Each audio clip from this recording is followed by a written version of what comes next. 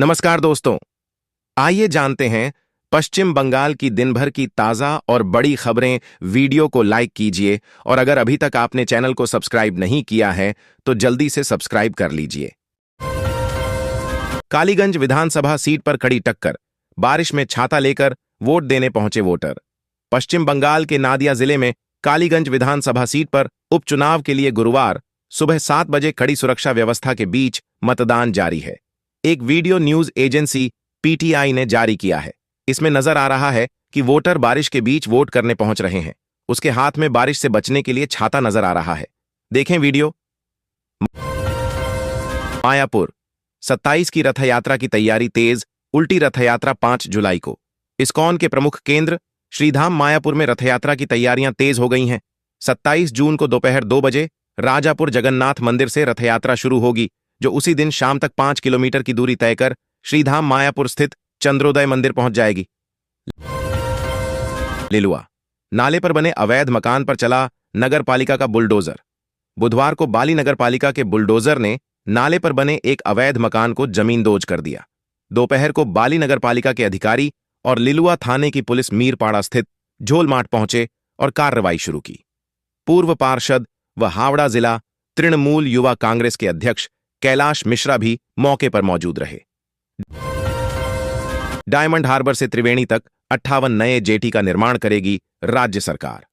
कोलकाता राज्य सरकार ने दक्षिण 24 परगना जिले के डायमंड हार्बर से हुगली के त्रिवेणी तक 59 नए जेटी के निर्माण की योजना बनाई है। मिली जानकारी के मुताबिक राज्य सरकार ने अब तक 28 जेटी घाटों का काम पूरा कर लिया है, जबकि 16 जेटी घाटों का काम सितंबर में पूरा हो जाएगा। परिवहन विभाग के सूत्रों से मिली जानकारी के अनुसार विश्व बैंक की मदद से राज्य में यह काम हो रहा है। सियालदह राणाघाट मार्ग पर दौड़ेगी पहली ऐसी लोकल ट्रेन। कोलकाता सियालदह मंडल के यात्रियों के लिए राहत भरी खबर है। पूर्व रेलवे की पहली एयर कंडीशन्ड ऐसी लोकल ट्रेन बुधवार को राणाघाट कारशेड में पहुंच गई। अत्याधुनिक सुविधाओं से लैस इस ट्रेन का संचालन जल्द ही सियालदह से राणाघाट मार्ग पर शुरू किया जा सकता है। रेलवे अधिकारियों के अनुसार इस हाईटेक लोकल ट्रेन का ट्रायल रन जल्द शुरू होने वाला है। पूर्व जस्टिस अभिजीत गांगुली की हालत गंभीर। कोलकाता भाजपा सांसद और कलकत्ता हाईकोर्ट के पूर्व जस्टिस अभिजीत गांगुली की हालत गंभीर बताई जा रही है। उन्हें सांस लेने में दिक्कत के कारण नॉन इन्वेसिव वेंटिलेशन पर रखा गया है। बताया गया है कि जरूरत पड़ने पर उन्हें एयर एम्बुलेंस से दिल्ली भी ले जाया जा सकता है। पूर्व जस्टिस गांगुली 63 को कुछ दिन पहले महानगर के एक निजी अस्पताल में भर्ती किया गया था, जहां पहले उन्हें आईसीयू में रखा गया था। माध्यमिक रिव्यू के बाद मेधा सूची में 9 और हुए शामिल। माध्यमिक परीक्षा के परिणाम की समीक्षा रिव्यू के नतीजे बुधवार को घोषित किए गए। नतीजे प्रकाशित होते ही मेरिट सूची में बड़ा बदलाव आ गया। 2 मई को नतीजों की घोषणा में टॉप 10 में 66 विद्यार्थी मेरिट लिस्ट में थे। बुधवार सुबह 9 बजे समीक्षा और स्क्रूटनी के परिणाम प्रकाशित होने के बाद सूची में 9 और अभ्यर्थियों के नाम जुड़ गए। कालीगंज विस सीट का उपचुनाव आज। नदिया जिले की कालीगंज विधानसभा सीट के उपचुनाव के तहत गुरुवार को सुबह 7 बजे से शाम 5 बजे तक वोट डाले जाएंगे। चुनाव आयोग की तैयारियां पूरी हो गई हैं। इलाके में केंद्रीय सुरक्षा बलों को भी तैनात किया गया है। माना जा रहा है कि कालीगंज विधानसभा सीट पर जीत के लिए राज्य की सत्तारूढ़ तृणमूल कांग्रेस आश्वस्त है, जबकि मुख्य विपक्षी पार्टी भाजपा को भी जीत की आस है। केंद्र सरकार को मनरेगा का बकाया फंड जारी करना चाहिए।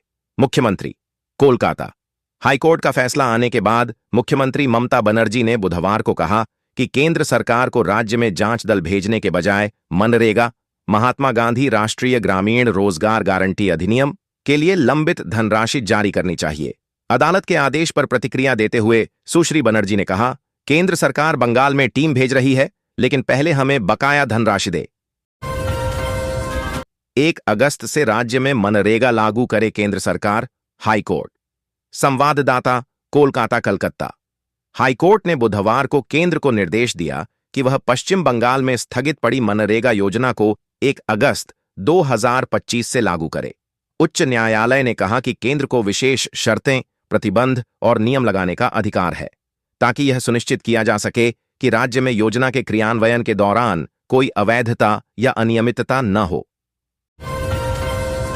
भुवनेश्वर से कोलकाता आ रहा विमान खराबी के कारण रनवे से लौटा। कोलकाता। भुवनेश्वर एयरपोर्ट से कोलकाता के लिए उड़ान भरने के लिए तैयार इंडिगो का विमान रनवे से ही वापस लौट आया और फिर दूसरे विमान से घंटों बाद सभी यात्रियों को कोलकाता के लिए रवाना किया गया। जानकारी के मुताबिक ओडिशा के भुवनेश्वर एयरपोर्ट पर बुधवार शाम 4:20 पर इंडिगो का एक विमान बड़े हादसे से बच गया। बंगाल की संस्कृति, विरासत और गौरव को नष्ट करने का हो रहा प्रयास। सुकांत। कोलकाता। केंद्रीय मंत्री व प्रदेश भाजपा अध्यक्ष सुकांत मजूमदार ने बुधवार को महानगर के आईसीसीआर में आयोजित एक कार्यक्रम के दौरान कहा कि बांग्लादेश हो या बंगाल, इन दोनों जगहों पर बंगाल की संस्कृति, विरासत और गौरव को नष्ट किया जा रहा है। शहर में अकेली रहने वाली वृद्धाओं के घर में हुई चोरी। एक मामले में पुलिस ने नौकरानी को किया गिरफ्तार। कोलकाता। घर में अकेली रहने वाली वृद्ध महिलाओं के घर में चोरी किए जाने का मामला सामने आया है। शहर के 2 इलाकों में 2 बुजुर्ग महिलाओं से सोने के जेवरात चोरी हो गए। ये दोनों घटनाएं दक्षिण कोलकाता के जादवपुर और पूर्व कोलकाता के फूलबागान इलाके में हुई। पूर्वी भारत में 16 करोड़ की जीन थेरेपी पाने वाली पहली बच्ची बनी Ashmika Das. Kolkata. Spinal muscular atrophy SMA type 1 से पीड़ित 16 माह की एक बच्ची पूर्वी भारत में क्राउड फंडिंग के माध्यम से 16 करोड़ रुपये की जीन थेरेपी प्राप्त करने वाली पहली बच्ची बन गई है। वह नदिया के राणा घाट की रहने वाली है। महानगर के मल्टी स्पेशियलिटी हेल्थ केयर संस्थान पियरलेस अस्पताल में यह थेरेपी सफलतापूर्वक दी गई। हिंदी सीखने में व्यस्त हैं मुर्शिदाबाद के प्रवासी श्रमिक। कई ठेकेदार निभा रहे हैं शिक्षक की भूमिका। श्रमिकों का कहना है कि यही है बचने का एकमात्र रास्ता। कोलकाता। राज्य के प्रवासी श्रमिक इन दिनों हिंदी सीखने में मशगूल हैं। एक शिक्षक श्रमिकों को हिंदी की जानकारी दे रहे हैं। कहीं शब्द भूल होने पर वह सुधार कर बताते हैं। ऐसा इसलिए हो रहा है कि बांग्ला में बात करने पर यहां के श्रमिकों को बांग्लादेशी समझ लिया जा रहा है। जादवपुर विश्वविद्यालय के 3 विभागों में इस बार नहीं होगी प्रवेश परीक्षा। कोलकाता। जादवपुर यूनिवर्सिटी के आर्ट्स फैकल्टी के 3 विभागों समाज शास्त्र, दर्शन शास्त्र और संस्कृत ने इस वर्ष प्रवेश परीक्षा आयोजित नहीं करने का निर्णय लिया है। अब इन विभागों में सिर्फ कक्षा 12 की बोर्ड परीक्षा के अंकों के आधार पर छात्रों को दाखिला दिया जाएगा। यह बदलाव पहली बार किया गया है। अब तक इन विभागों में अन्य कला संकाय की तरह ही प्रवेश परीक्षा और बोर्ड अंकों दोनों को समान महत्व दिया जाता था। 20 जून को पश्चिम बंगाल दिवस मनाना अस्वीकार्य। CM मुख्यमंत्री ममता बनर्जी ने 20 जून को पश्चिम बंगाल दिवस मनाए जाने का विरोध किया है। बुधवार को राज्य सचिवालय नबान्न भवन में संवाददाता सम्मेलन को संबोधित करते हुए मुख्यमंत्री ममता बनर्जी ने कहा कि उत्तर प्रदेश के राज्यपाल की ओर से राज्य के मुख्य सचिव को पत्र देकर 20 जून को यहां पश्चिम बंगाल दिवस मनाने की बात कही गई है। भाजपा विधायक ने विधानसभा में उठाया चाय बागानों के बंद होने का मामला। उत्तर बंगाल के अलीपुरद्वार जिले के कालचीनी से भाजपा विधायक विशाल लामा ने बुधवार को विधानसभा के मानसून सत्र के दौरान सदन में एक बार फिर चाय बागानों के बंद होने का मामला उठाया। शून्यकाल के दौरान उन्होंने सदन में यह मामला उठाते हुए उल्लेख किया कि उनके कालचीनी विधानसभा में स्थित मधु चाय बागान, जो हाल में ही खुला था, कुछ दिनों पहले फिर से बंद हो गया है।